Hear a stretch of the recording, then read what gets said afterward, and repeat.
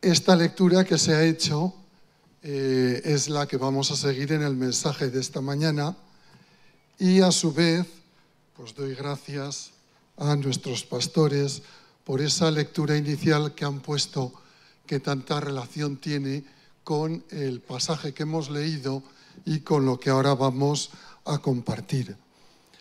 No sé si alguno recordará, mucho es, la última vez que compartí con vosotros a primeros de julio, compartía sobre las enseñanzas que podemos sacar en el final, la última semana del ministerio de Jesús. Y ahora, en lugar de ir para adelante, vamos a ir para atrás. Y me gustaría compartir unos aspectos sobre el comienzo del ministerio de Jesús. Concretamente, en base a este pasaje que hemos leído.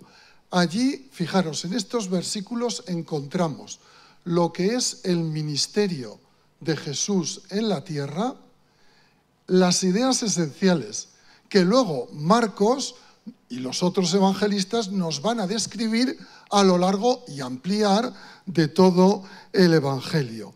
Y de todo esto vamos a destacar en esta mañana solo 4 aspectos del ministerio de Jesús.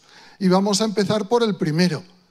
Si leemos los versículos 14 y 15 y repasamos también el versículo 39 y os preguntara el primer verbo que podemos sacar de cómo Jesús o a qué vino Jesús a la tierra, sería predicar. Él vino ante todo a predicar el evangelio. Ya casi lo he dicho, ¿qué predicaba? Según se nos dice en estos versículos, el evangelio del reino de Dios. Todos sabéis que evangelio es buenas nuevas, buenas noticias. Y claro, si cogemos el pasaje de Isaías que hemos leído, sí que son buenas noticias. A los afligidos, a los oprimidos, a los que tienen cualquier tipo de problemas, a ellos les dirigía también su mensaje, su predicación. Era un mensaje de sanación y de salvación. Pero dice el evangelio del reino de Dios, diciendo además, el tiempo se ha cumplido. Mirad, hay una cuestión que cuando estudiamos las Escrituras o vemos la historia del cristianismo, yo creo que aquí hay una gran enseñanza. Debemos tener en cuenta que Dios tiene sus tiempos y sus tiempos no necesariamente coinciden con lo que a nosotros nos gustaría o son nuestros tiempos.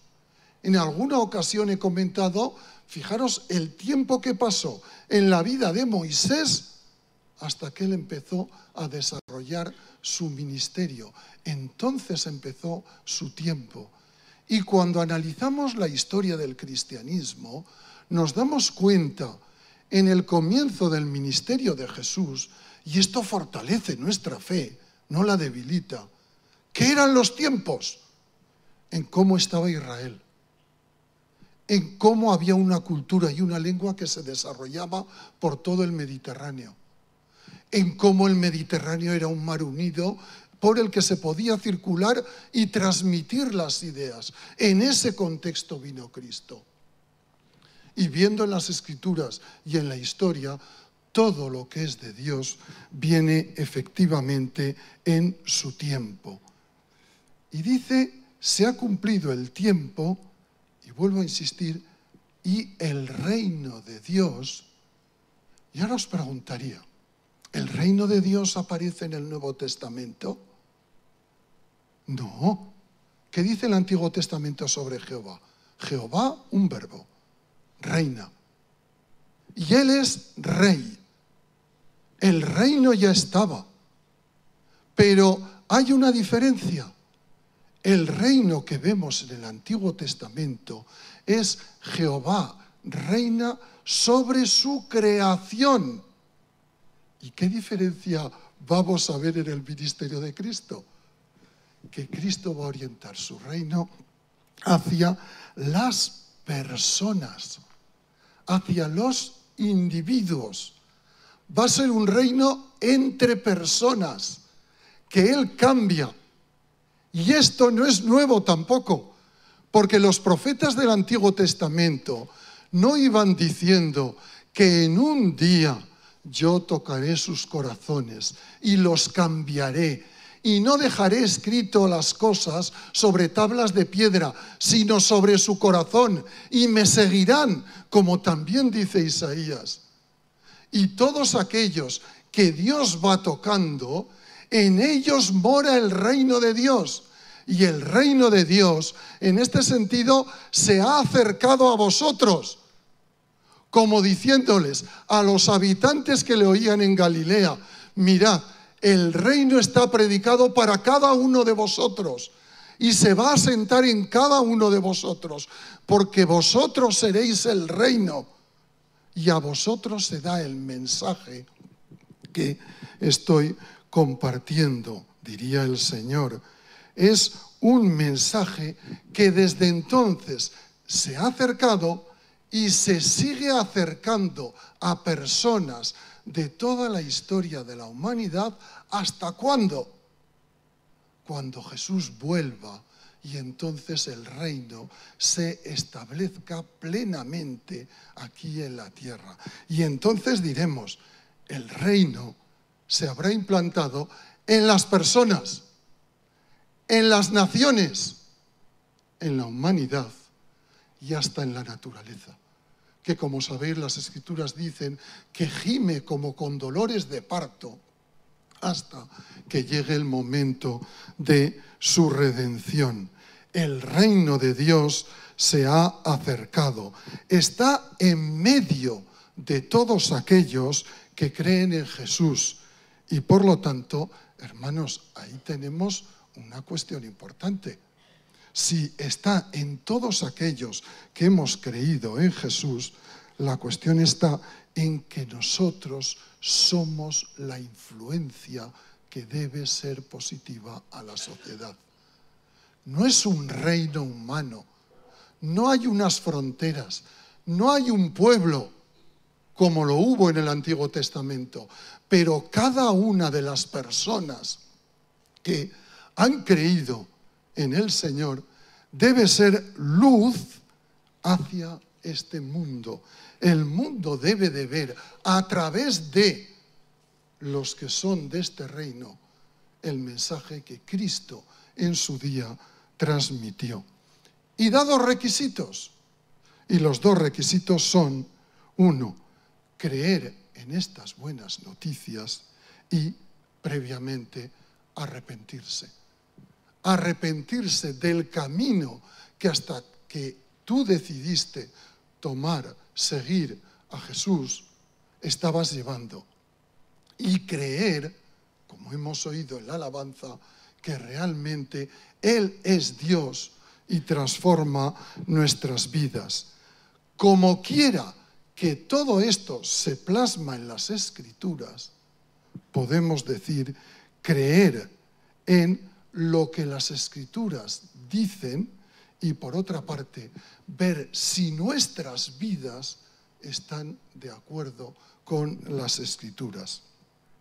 La Iglesia debe estar cumpliendo esta primera característica del ministerio de Jesús.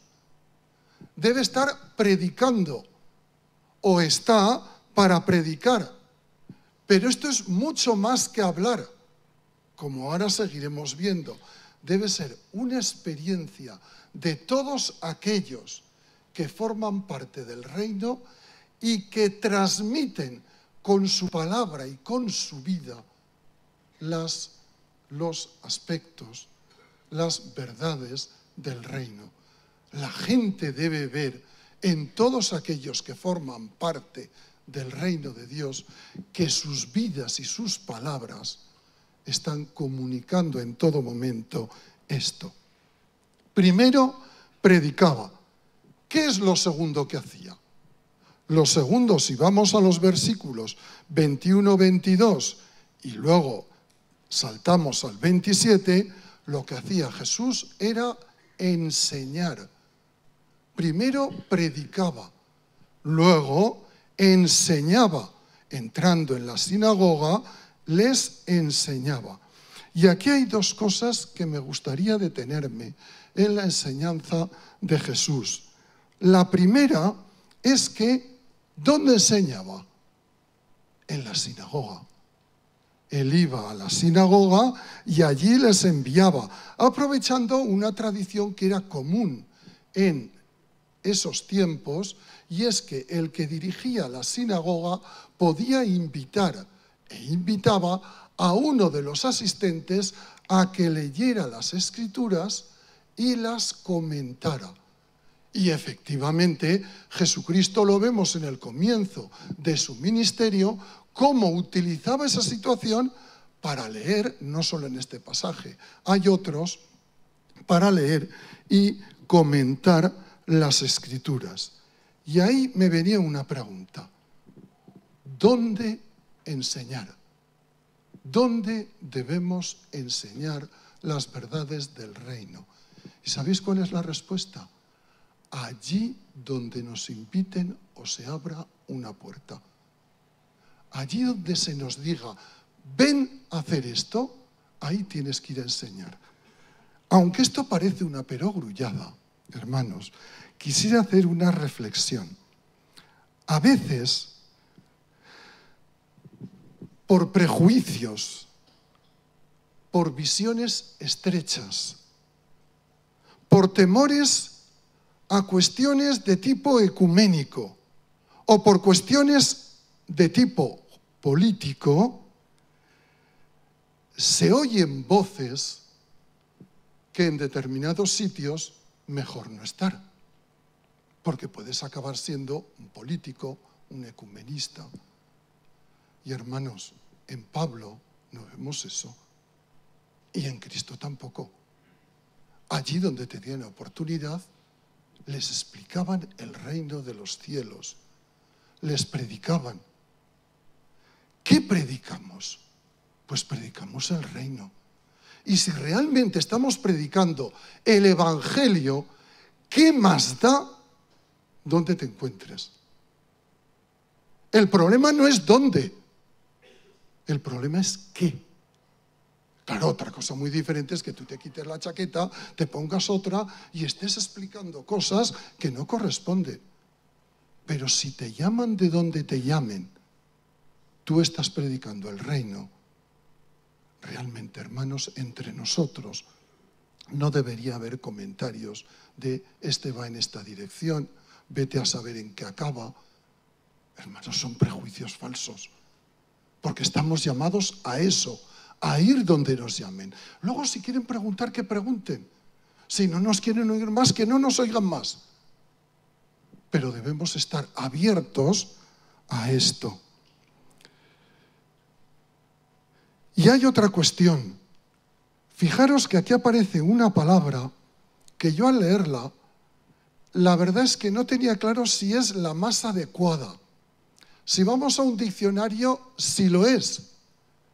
Pero si vamos a lo que a veces se entiende en terminología popular, la palabra, resulta que nos puede llevar a un error. Y es que el versículo 22 dice, y se admiraban de su doctrina. Y en el versículo 27 vuelve a preguntarse, ¿qué nueva doctrina es esta que con autoridad manda, etcétera, etcétera? ¿Por qué digo que quizá no sería lo más adecuado? Pues precisamente por lo que os comentaba. A veces cuando decimos u oímos doctrina, yo he oído en ocasiones que hay personas que dicen más doctrina, hay que dar doctrina. ¿Y qué entiendes por doctrina? ¿Principios teológicos solo? ¿Principios teóricos solo? ¿Creéis que Jesucristo iba a las sinagogas y decía, vuestros estatutos dicen primer principio, segundo, tercero, cuarto, quinto? Y yo os digo, Primer principio, segundo principio, ¿creéis que iba así Jesucristo o les enseñaba esto Jesucristo? ¿Sabéis cuál es la palabra griega que se utiliza en los evangelios? Es didaché o didaqué. Y si vais a un diccionario de griego y español, veréis que esto quiere decir no doctrina, enseñanza. Efectivamente, la raíz es la misma que didasco, un verbo que quiere decir enseñar. Y de ahí hay una palabra cuya raíz es la misma que a todos os sonará, didáctica. La raíz es la misma, que viene del griego. Las técnicas de cómo debemos enseñar para hacerlo bien.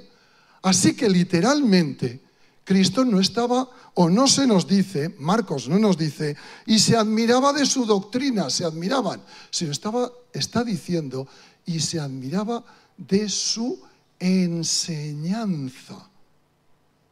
¿Qué cambio tiene esto? Mirad, doctrina literalmente quiere decir conjunto de enseñanzas que transmitimos. Pero muchas veces lo entendemos, como os he dicho, como solo un conjunto de principios teóricos. Pero Jesucristo iba mucho más allá, porque les estaba explicando el evangelio del reino. Y esto incluye, sin duda alguna, algunos principios doctrinales, pero incluye muchas verdades que van al corazón de las personas, a lo que las personas espiritualmente están necesitando.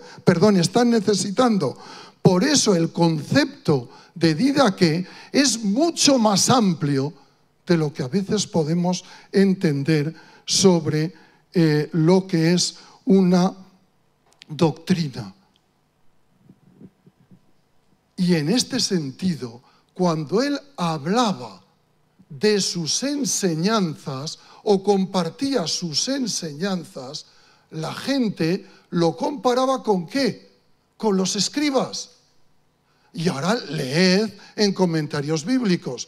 ¿Qué hacían los escribas en las sinagogas? Normalmente apelaban a las tradiciones y a los dichos de los rabinos, de tal forma que a la gente que les escuchaba, ¿qué pensaban?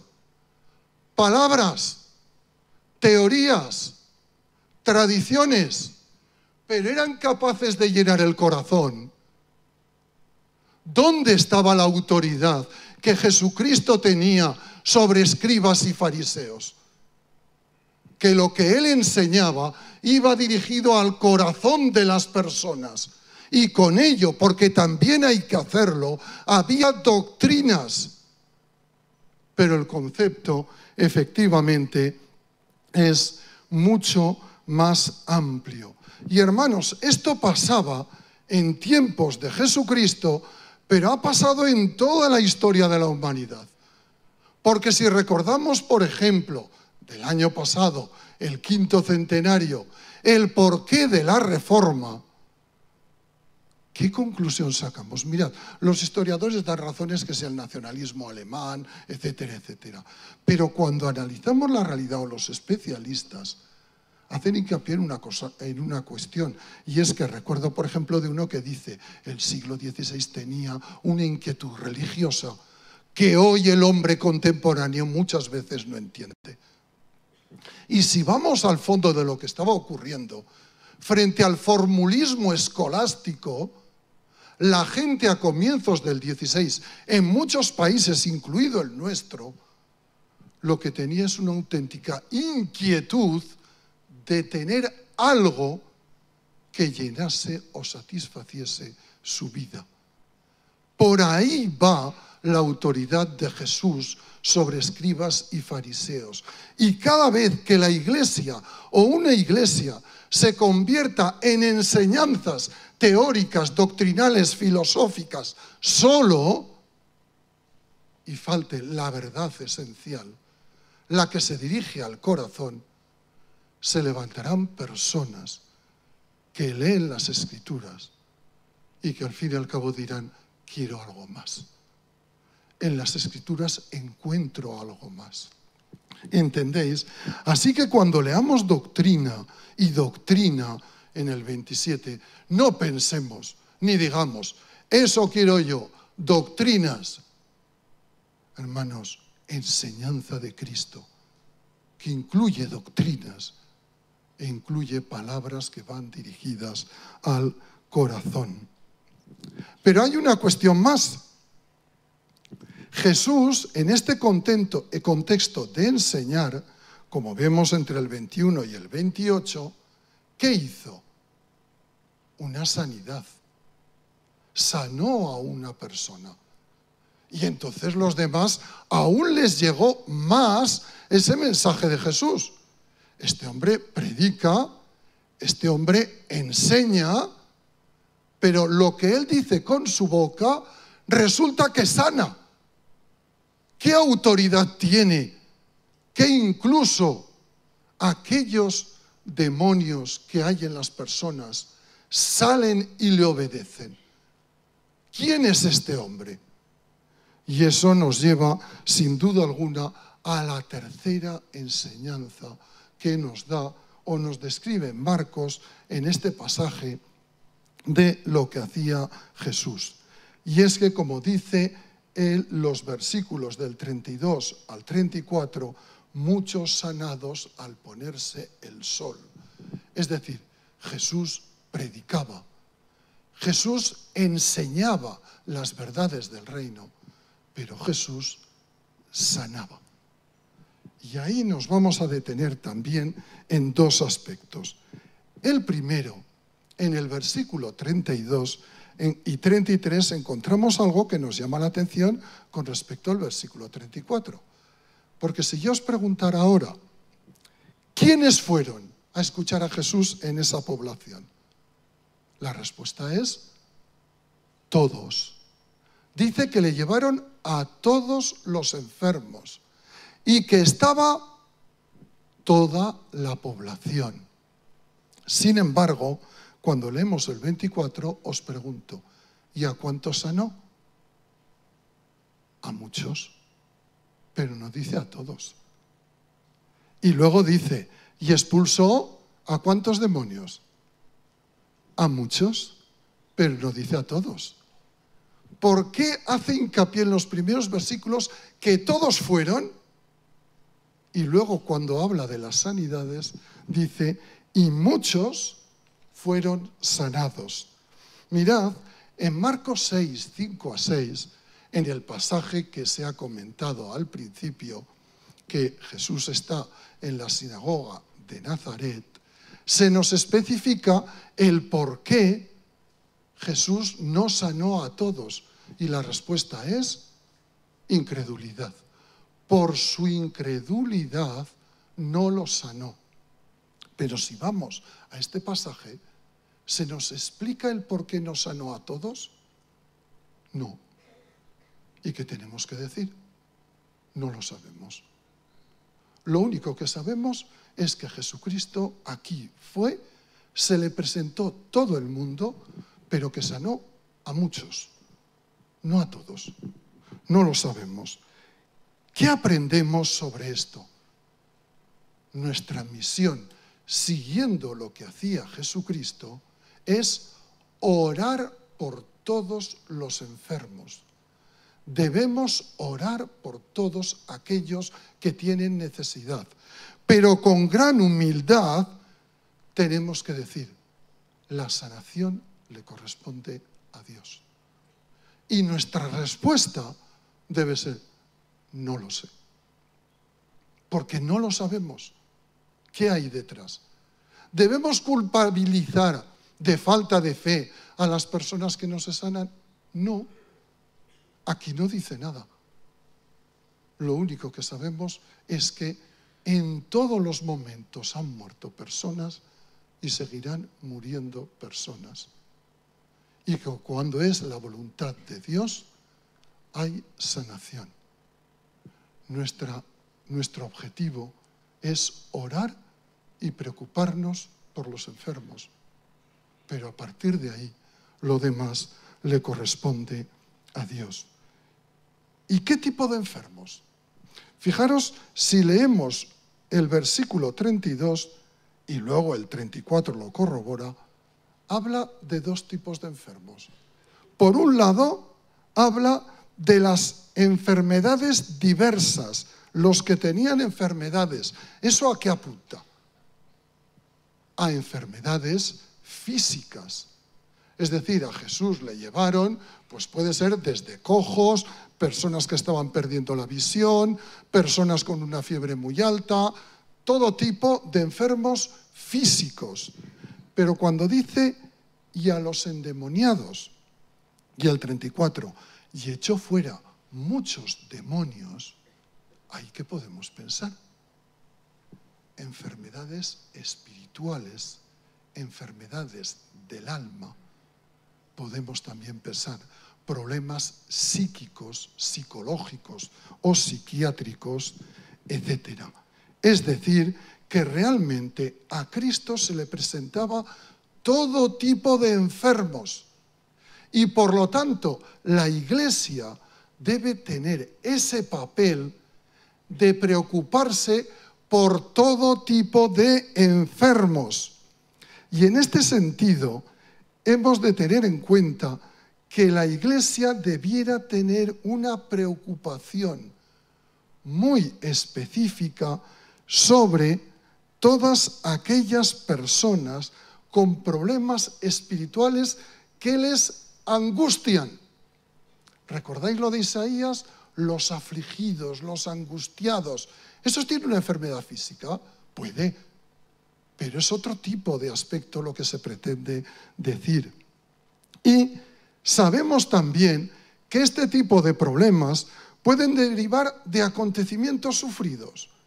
La pérdida de un pariente que te afecta realmente. Puede ser una cuestión genética. En mi familia ha habido enfermos de ese tipo y yo lo he heredado. O puede ser también, entre otras muchas, que nos hayamos metido en determinado tipo de ambientes que nos acaban afectando psicológica o psíquicamente. La Iglesia debe ministrar ante problemas de este tipo. Y diríamos, atención, vamos a aclarar esto. Si estamos enfermos, oramos y vamos al médico. Sí, vamos a los médicos. De la misma forma se podría decir que cuando tienes problemas del alma, puedes acudir a consejeros espirituales o puede haber psicólogos, psiquiatras, etc. Y hay que acudir. Pero atención, hermanos, a través de nuestras oraciones y nuestras palabras, nosotros no somos Jesucristo, ni somos Dios, pero sí que podemos transmitir palabras y hechos que permitan mejorar la sanidad de las personas.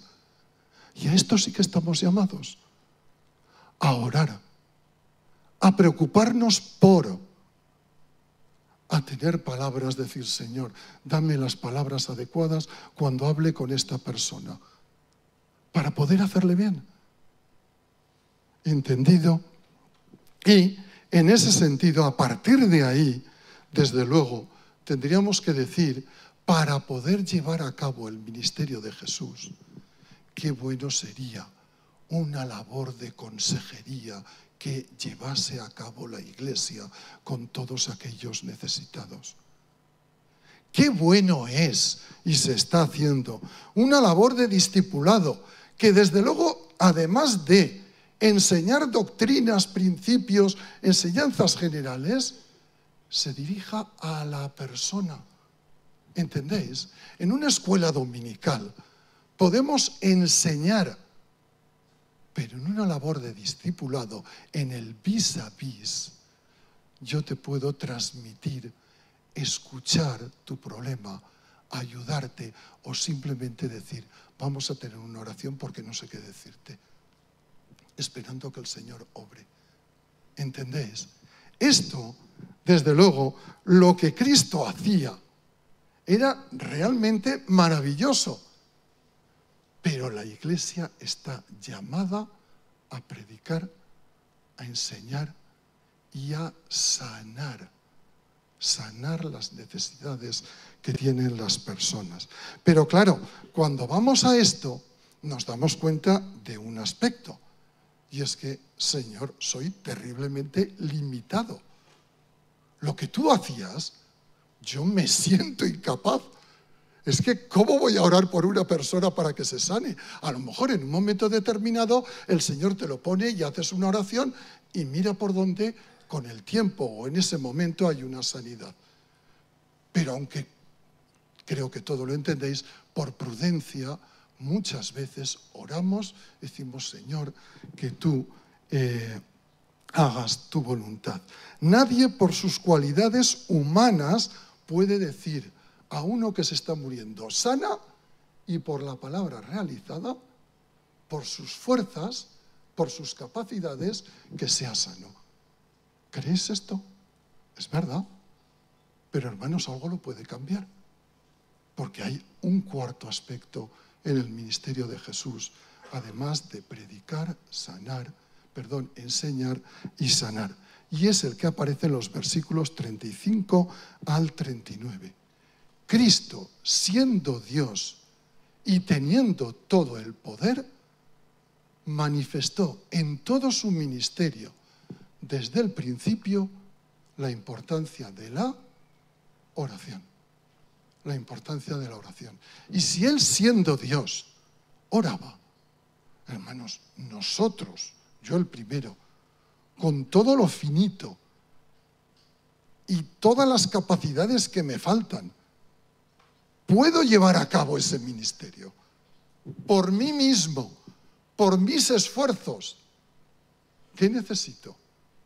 Pues mirad, aquí lo que se nos dice es que Cristo mantenía una auténtica vida de oración y comunión con el Padre. Predicar, enseñar y orar es importante, pero ¿oras? ¿Mantienes una vida de comunión con Dios? ¿Crees que por tus propios esfuerzos o capacidades eso te saldrá innato de ti? Fijaros que Cristo aquí muestra dos aspectos, o Marcos, al describir a Cristo, nos muestra dos aspectos de la oración. Una es que Cristo, muy de mañana, se iba a un lugar desierto a orar.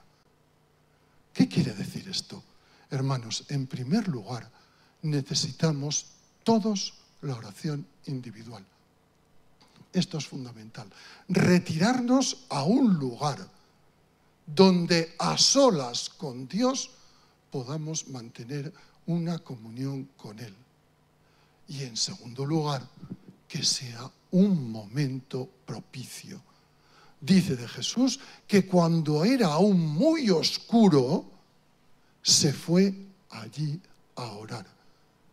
Debemos seleccionar el tiempo, que sea un momento con frescura de mente, que no haya muchas cosas que nos estén, os ha pasado en la oración, que estamos empezando a orar y se nos va la cabeza hacia una dirección, hacia otra. Y que además realmente estemos a solas con Él, no pensando en qué piensa el de al lado, el otro ya ha orado, por esto yo ahora no voy a orar. Estoy a solas con Dios. Y le voy a dedicar este tiempo. En ese sentido, la vida de oración individual es muy importante y debe preceder a la vida de oración congregacional, que también es muy importante. Si venís los miércoles, os daréis cuenta que se ora por personas enfermas, necesitadas de todo tipo. Es bueno, es bueno. ¿Lo tenemos que hacer? Lo tenemos que hacer. Pero hermanos, si en un mes no he orado individualmente, eso a lo mejor me puede ser de bendición, pero no saldrá como resultado de lo que yo tengo dentro de mí, las cargas que pueda tener. Primero retírate, ora, entra en comunión con Dios y mirad, aunque estés muy liado en un ministerio, porque como le dijo Simón, todos te buscan. Señor, te necesitamos, pero lo más importante que es que yo esté en comunión con Dios y después desarrollaré el ministerio. Fijaros, tampoco es cuestión, aunque a veces se pueden presentar las circunstancias de por fe actuar, pero por muy liado que estés, no desarrolles un ministerio y luego ora. Prepárate en oración para lo que luego vas a hacer, esperando que sea Dios el que te use y pueda ser de bendición a los demás. Porque mirad, por nosotros mismos no podemos ser de bendición.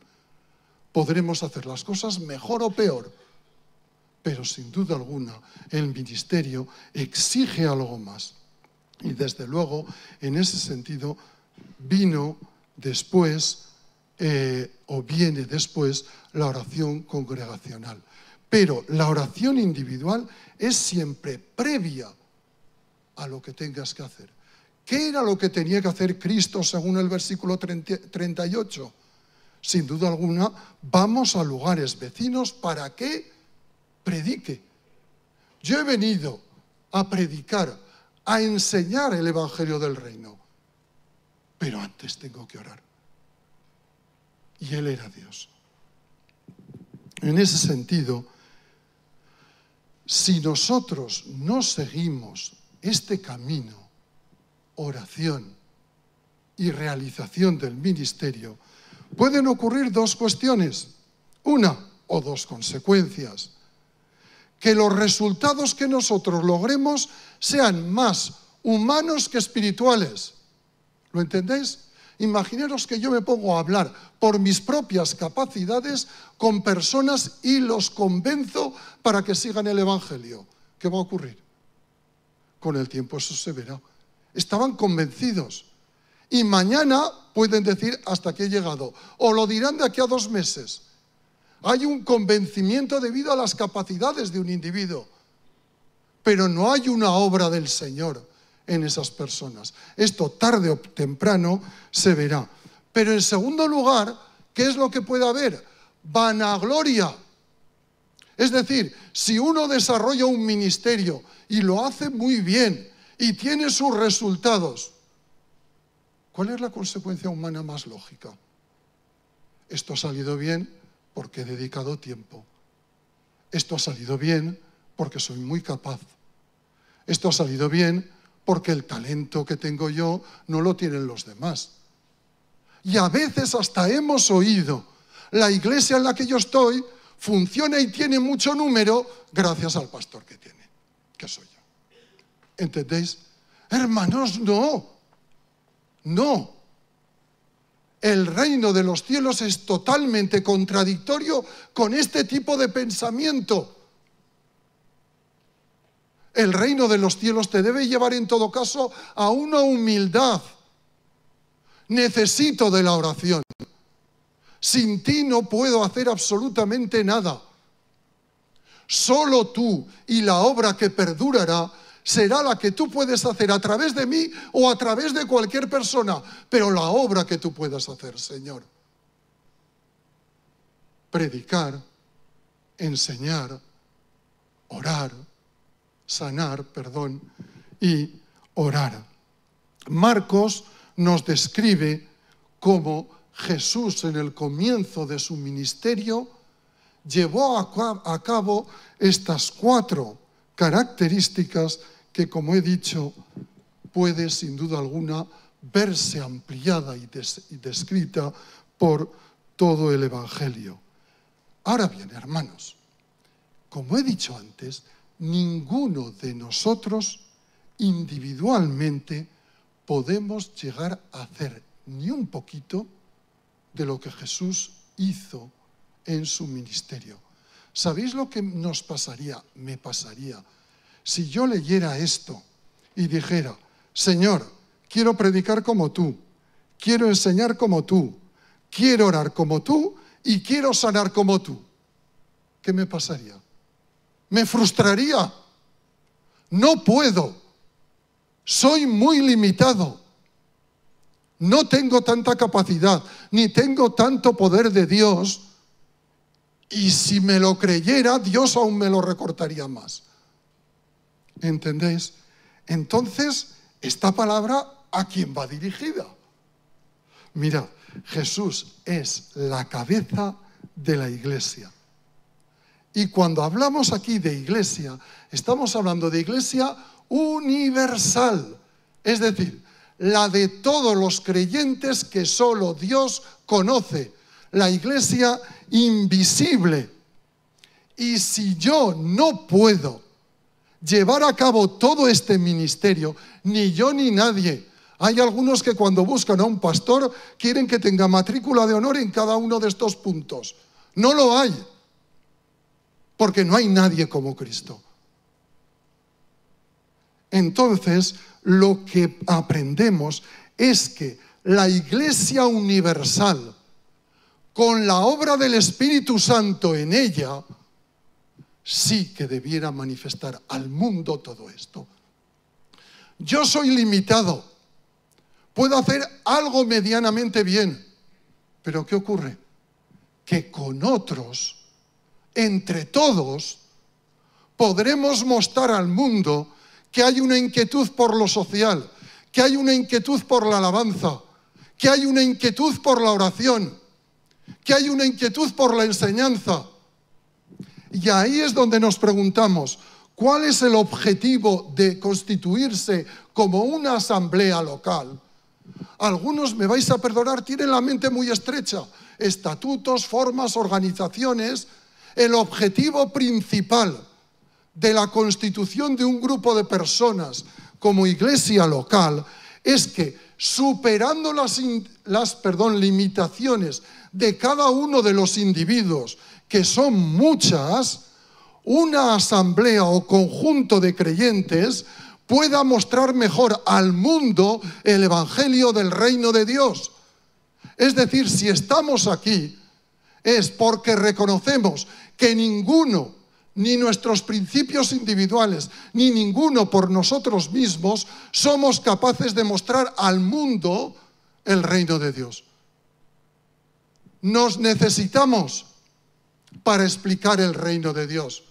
Y entre todos nosotros, sin duda alguna, sí que estamos llamados a que el testimonio que esta congregación local dé al mundo se aproxime lo más posible a lo que Cristo vino a hacer en este mundo.